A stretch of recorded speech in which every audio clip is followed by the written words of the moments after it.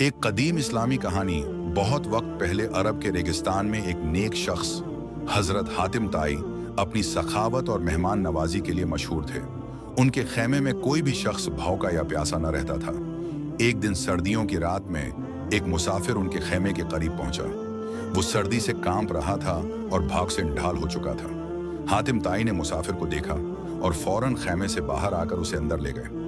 उन्होंने मुसाफिर को गर्म चादर दी और आग के करीब बैठाया। हातिम ताई के पास इस रात खाने के लिए कुछ ज्यादा नहीं था। सिर्फ एक बकरी बाकी रह गई थी जिसे वो पाल रहे थे। लेकिन जब उन्होंने मुसाफिर की हालत देखी तो फौरन बकरी ज़ब्ह करके उसका गोश्त पकाया और मुसाफिर के सामने पेश कर दिया। जब मुसाफिर ने पेट भर के खाना खाया तो उसने हैरान होकर पूछा, आपने अपनी वाहिद बकरी भी मेरे लिए कुर्बान कर दी? हातिम ताई मुस्कुराकर बोले, मेरे दीन ने मुझे ये सिखाया है कि मेहमान अल्लाह की रहमत होते हैं। दुनियावी माल तो आता जाता रहता है, लेकिन दिल की खुशी अल्लाह की रिजा में है।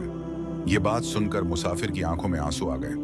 उसने दिल से दुआ दी और कहा, आप जैसे लोगों की सखावत ही दुनिया को खूबसूरत बनाती है। ये कहानी हमें सिखाती है कि सखावत और मेहमान नवाजी इस्लाम की बुनियादी तालीमात में से हैं।